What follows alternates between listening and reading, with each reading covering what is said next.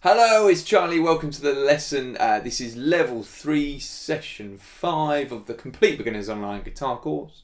We are taking a look at the G and the C major chords. Okay, so that a little bit more of a stretch state as opposed to the A and D and E major, which were kind of okay, but these stretch a little bit more. Get the hand stretching up. So we'll start with the G major chord. Okay, so here we go. We're going to put first finger on the 2nd fret of the 5th string.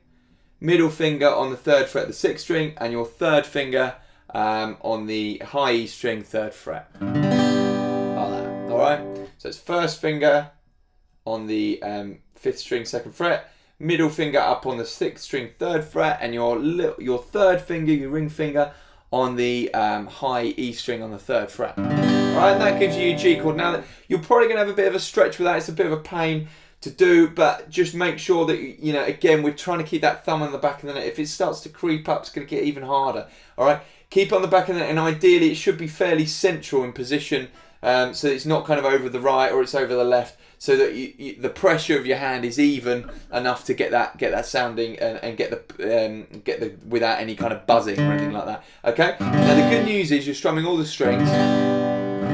Okay, so you should have. So just to check, just maybe go through and check that they're all kind of nice and clear. That's your G. All right, you C, completely different chord. First finger is going to go on the 1st fret of the 2nd string. Middle finger's going on the 2nd fret of the 4th string, and your 3rd finger's going 3rd fret, 5th string. All right, that is a stretch. Okay, your hand probably not used to that if you're a kind of relative beginner. And again, look where my thumb is positioned, or at least it should be. It's kind of on the middle of the back of the neck, okay? Now, the reason it's in the middle is because you want to distribute the pressure of the chord evenly. If it's over to the left or over to the right, you're pushing in the wrong place and you're probably going to get kind of muted notes. So you want to make sure it's fairly central and pretty much lined up with the middle finger, okay? So that you get, let's just see. Now, with this one, we're only hitting 5 strings.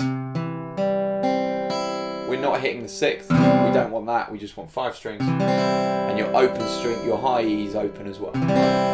So that's just your first 2 chords. Now, just to expand on the G a little bit, there is another G that gets used a lot, particularly just got a slightly different sound. It's still a G major chord. It's just stacked a bit differently. So I'll show you that one.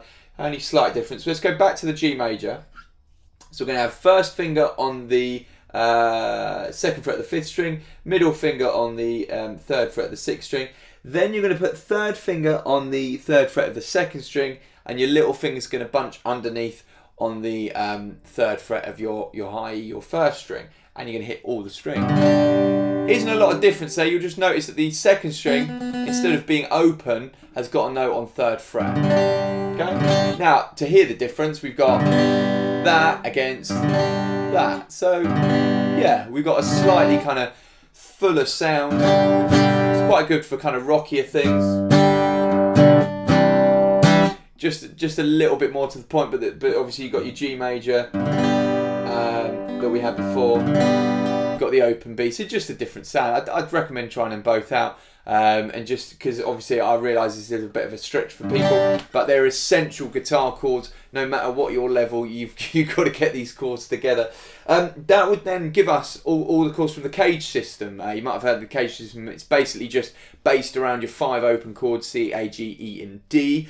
From there, we kind of eventually it all links to kind of arpeggios and scales and all things like that. So if you really can kind of think C, A, G, E, and D.